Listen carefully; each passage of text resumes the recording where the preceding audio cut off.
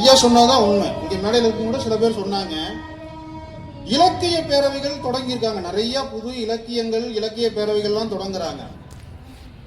ஒரு இலக்கணத்துக்காக ஒரு அமைப்பு வச்சு அது ஒரு மாதந்தோறும் ஒரு திங்களை நடத்தி அது இன்றைக்கு 100 திங்கள் வரை வளர்ந்திருக்கிறது என்று சொன்னால் அந்த சிறப்பும் பெருமையும் இந்த பேரூரில் இருக்கும் தொல்காப்பிய பேரவைக்கே சேரும்.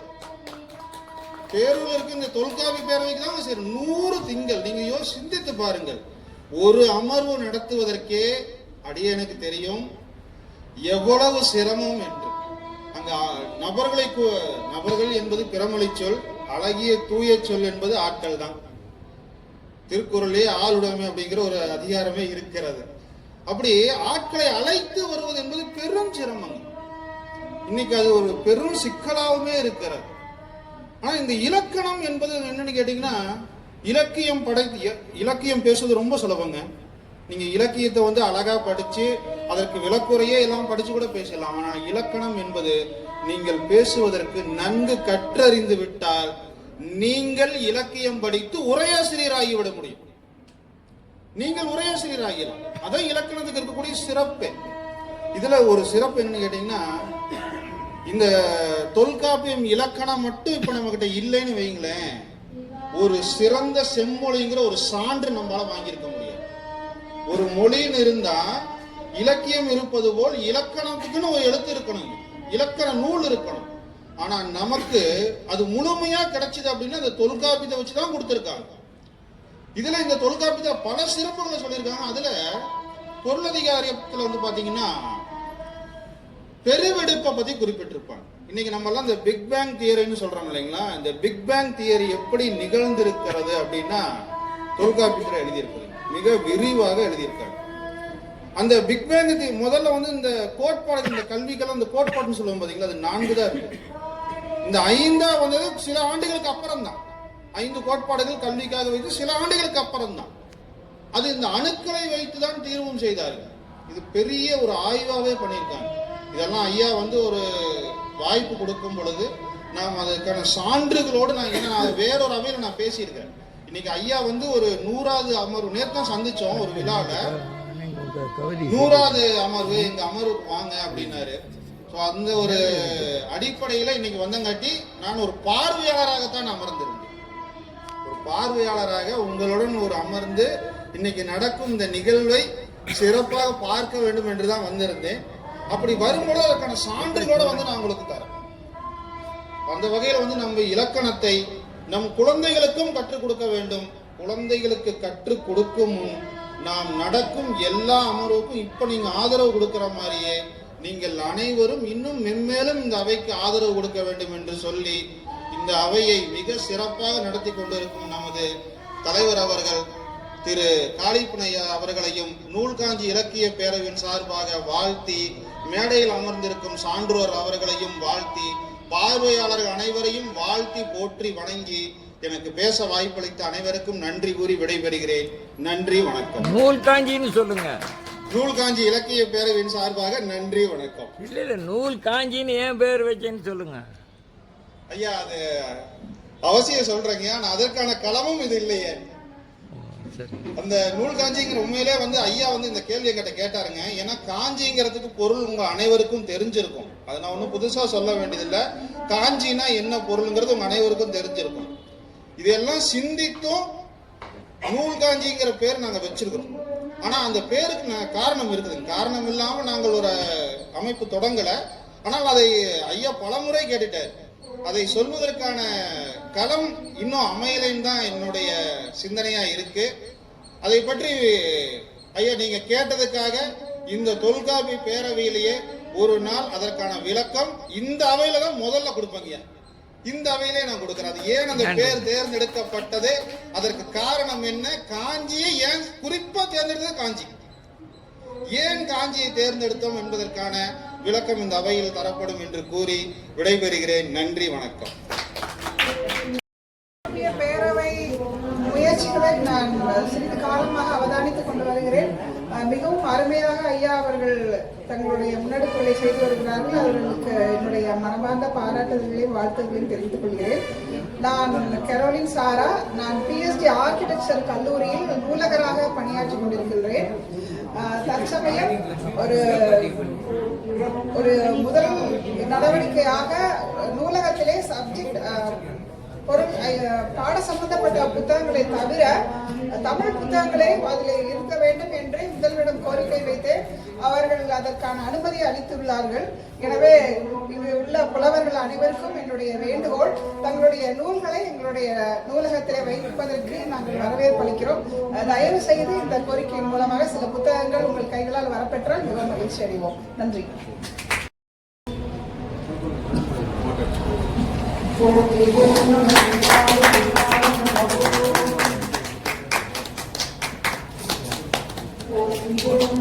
வைகரை தமிழ் மன்றத்தின் சார்பாக தலைவர் அவர்களுக்கு மிக சிறப்பாக துவக்க உரை வழங்கிய அர்ஜுன் ஐயா அவர்களுக்கு எங்கள் வைகரை கைமன்றத்தின் சார்பாக அன்பு மாலையாக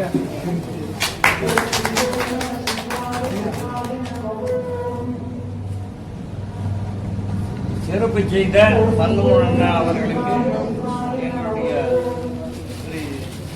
இந்திய அன்பளிப்பு.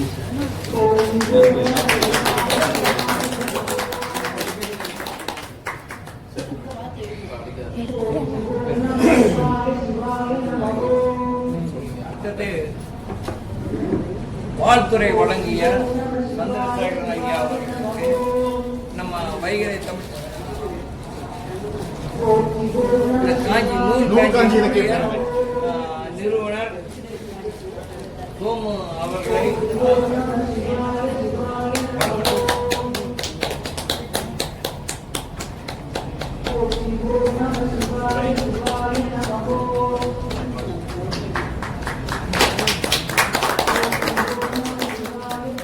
முன்னிலை உரை ஆற்றிய அவர்களுக்கு ஆசிரியர் அண்ணாமலை அவர்களை அழைக்கிறார்.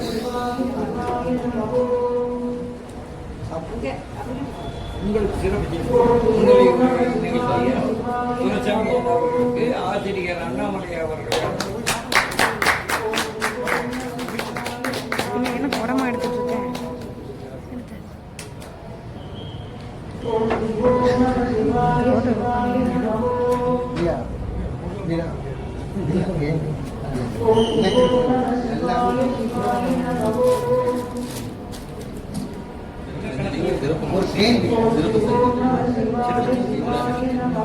சிறப்பு செஞ்சு முடிச்சிருந்தாங்க.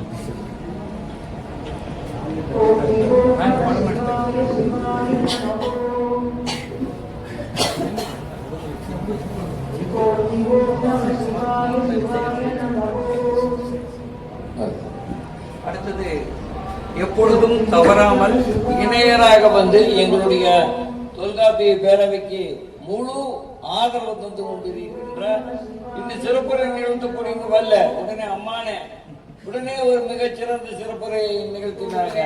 அவர்களுக்கு என்னுடைய துணைவியார் அம்சவே அவர்களை சிறப்பு செய்ய அழைக்கிறேன். தெரிஞ்சுக்கொண்டு இந்த கூட்டத்தில் இருக்கிறவங்க யாருன்னு அறிமுகமாகி கொண்டார்.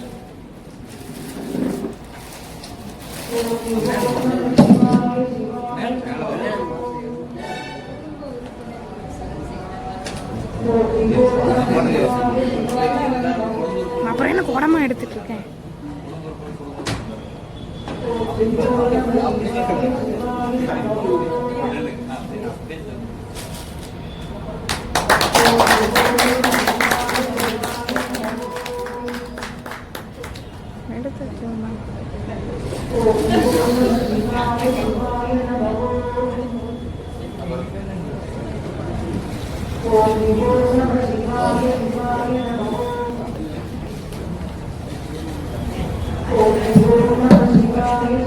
வாகை வாசகர் வட்டத்தின் சார்பில் காளியப்பன் ஐயா அவர்களுக்கு நான் எழுதிய 7வது நூலான மகிழ்ச்சி என்னும் மந்திரம் நூலை பயனாடை செய்யப்படுகிறது.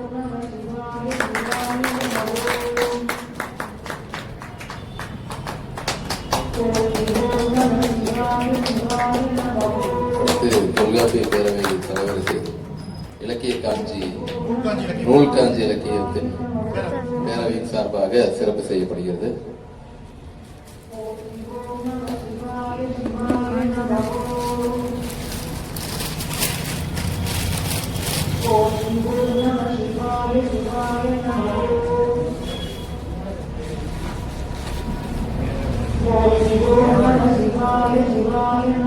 தொல்காப்பிய பேரவையின் தலைவர் திரு காளியப்பன் ஐயா அவர்களுக்கு நூல்காஞ்சி இலக்கிய பேரவையின் சார்பாக அதன் ஒருங்கிணைப்பாளர் நிறுவனர் கா. சோமசுந்தரம் அவர்கள் சிறப்பு செய்கிறேன். அவருக்கு நீங்க எல்லாம் ஒரு பலத்த கரவசம் கொடுக்கணும். ஏன்னா இந்த வயதிலும் அயராத உழைக்கும் இளைஞர் அப்படிதான் சொல்லணும். அந்த இளைஞருக்கு நாம் வாழ்த்து சொல்லணும், வேற யாரு வாழ்த்து சொல்லணும்? அதுல ஒரு மகிழ்ச்சி, நமக்கு நாமே வாழ்த்து சொல்லிக்கலாம். நல்லா இன்னும் பலமா கொடுங்க. பக்கத்துல இருக்கிற அந்த ஒளிச்சோடு நம்ம ஒளிச்சோடு அதிகமாக இருக்க வேண்டும். யாருமா யாரும்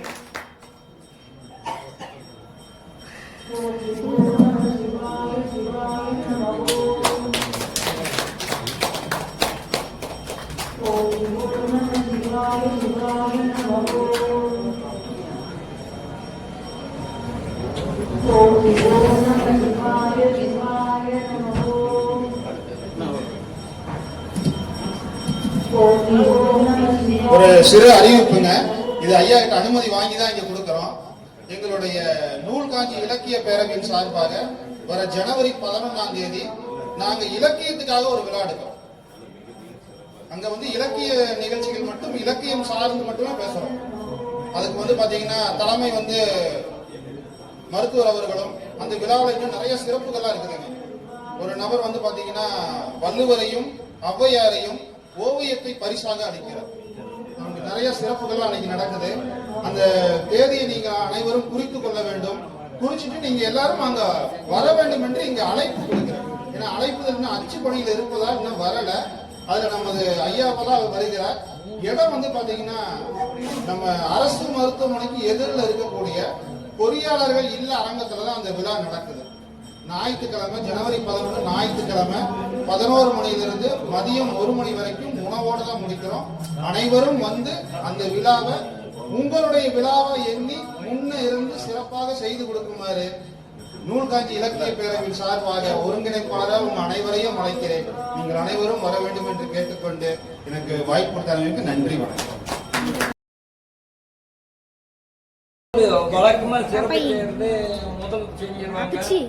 நாங்க கடைசியில செய்யற காரணம் இருக்குது. சிறப்பு செஞ்சாச்சுன்னா அவங்க வாட்டுக்கு போயிட்டாங்க, இருக்கிற ஆள் இல்லாம போயிடுவாங்க அப்படிங்கிறதுக்காக அதுதான் கடைசியில் செய்யறோம். இப்போ நம்மளுடைய தலைமை உரை நிகழ்த்திய எனது இனிய நண்பர் அர்ஜுனன் அவர்களுக்கு மிகச்சிறந்த ஒரு ஆய்வாளர் சண்முகம் ஐயா அவர்கள், விபி சண்முகம், 2 சண்முகம் இருக்கீங்க.